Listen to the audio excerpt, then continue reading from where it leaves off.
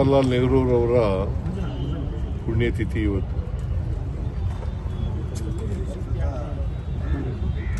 ಅವರು ಈ ದೇಶದ ಸ್ವಾತಂತ್ರ್ಯ ಬಂದ ಮೇಲೆ ಮೊದಲನೇ ಪ್ರಧಾನಿಯಾಗಿದ್ದರು. ಸುಮಾರು 17 ವರ್ಷಗಳ ಕಾಲ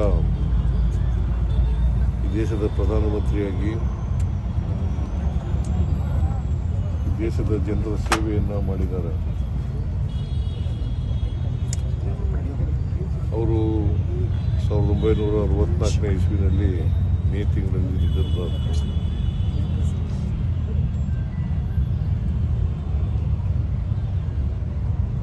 ಅವರ ಪುಣ್ಯತಿಥಿಯನ್ನು ದೇಶಾದ್ಯಂತ ಆಚರಣೆ ಮಾಡ್ತಾ ಇದ್ದಾರೆ. ವಿಶೇಷವಾಗಿ ಕಾಂಗ್ರೆಸ್ ಪಕ್ಷ ಆಚರಣೆ ಮಾಡ್ತಾರೆ. ಮತ್ತು ನಮ್ಮ ಸರ್ಕಾರನೂ ಕೂಡ ಅವರಿಗೆ ಗೌರವ ಸಲ್ಲಿಸ್ತಕ್ಕಂಥ ಕೆಲಸವನ್ನು ಮಾಡ್ತಾ ಇದೆ.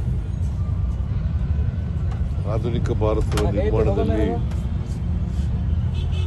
ನೆಹರೂರವರ ಪಾತ್ರ ಬಹಳ ದೊಡ್ಡದು ಅಂತಕ್ಕಂಥ ಮಾತುಗಳನ್ನು ಈ ಸಂದರ್ಭದಲ್ಲಿ ಹೇಳಬೇಕಾಗುತ್ತೆ. ಅವರು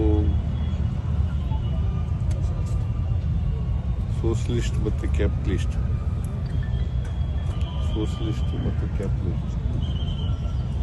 ಅದ್ರ ಮಧ್ಯೆ ಇರ್ತಕ್ಕಂಥ ಮಿಕ್ಸೆಡ್ ಎಕಾನಮಿನೂ ಮಾಡ್ತಾರೆ. ಅದಕ್ಕೆ ಹೆಚ್ಚು ಒತ್ತು ಕೊಡ್ತಕ್ಕಂಥ ಕೆಲಸ ಮಾಡಿದ್ದಾರೆ.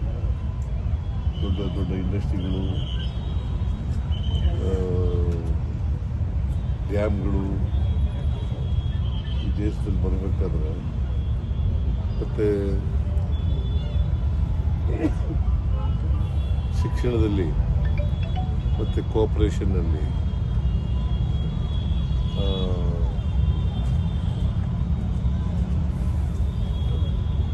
ಸೈಂಟಿಫಿಕ್ ಮನೋಭಾವ ಬೆಳೀಲಿಕ್ಕೆ, ಇವತ್ತು ಇಡೀ ದೇಶದಲ್ಲಿ ಸೈಂಟಿಫಿಕ್ ಮನೋಭಾವ ಬೆಳೀಲಿಕ್ಕೆ ನೆಹರೂರವರು ಕಾರಣ ಅಂತಕ್ಕಂಥ ಮಾತುಗಳನ್ನು ಹೇಳಲಿಕ್ಕೆ ಬಯಸ್ತಾ ಇದ್ದೀನಿ.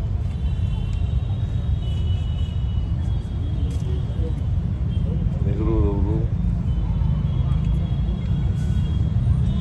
ಪಂಚವಾರ್ಷಿಕ ಯೋಜನೆಗಳನ್ನು ಮಾಡಿ